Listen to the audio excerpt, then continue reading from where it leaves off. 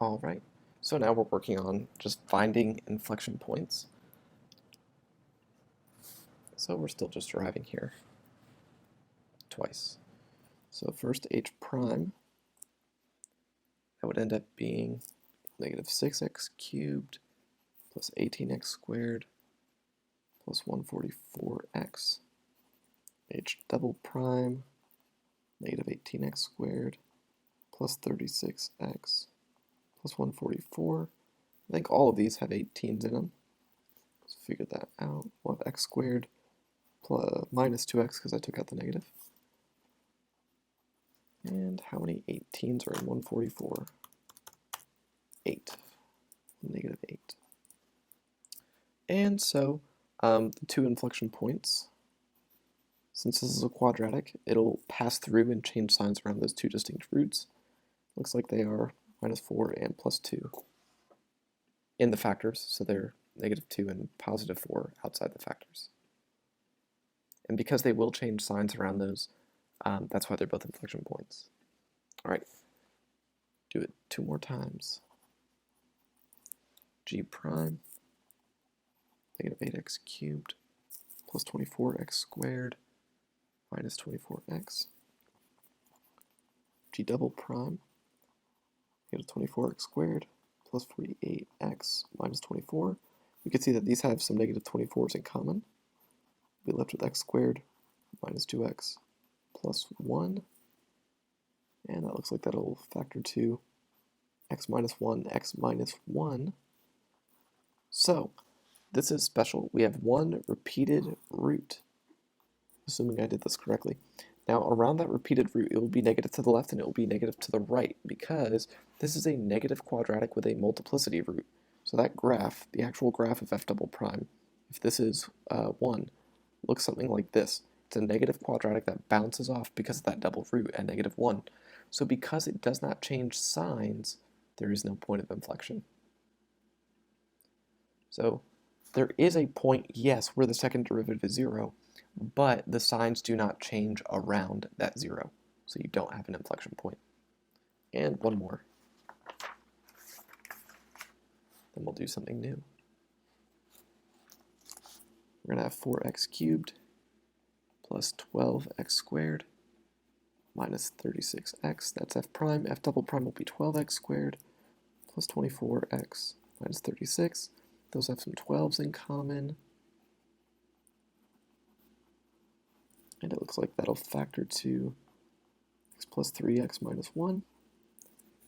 And because this is a quadratic for f double prime and you have two distinct roots, they will change signs around those roots, so negative 3 and positive 1.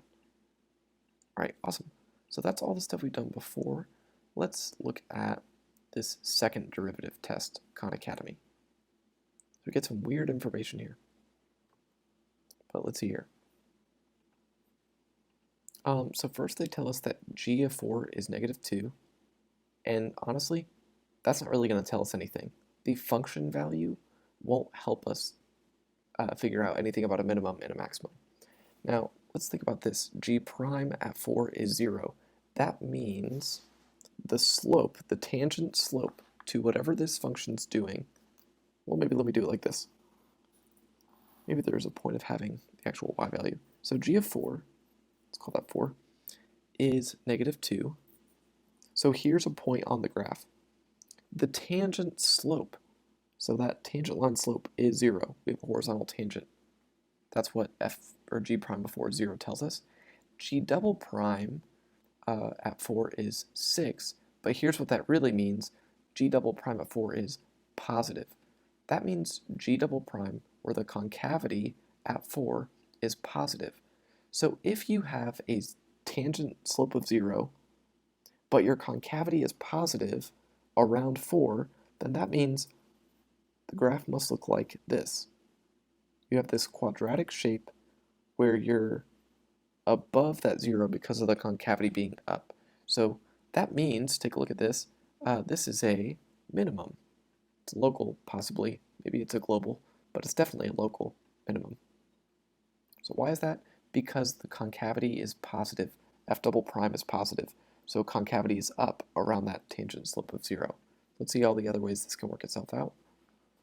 So first they tell us g of negative 6 is negative 1. So that means point on the graph. Here's negative 6 is negative 1. There's the point on the graph. The tangent line slope is 0 again. And this time, g double prime is negative at that value, so the concavity is down, so it looks like this around that point, which means this is a maximum. All right, up next,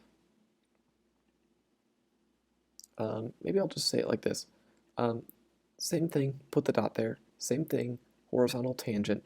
This time, h double prime is 0. This graph is neither concave up nor concave down, which means it can't be a max or a min. All right, and last but not least, let's see here, random point on the graph, tangent slope is 0, concavity is down.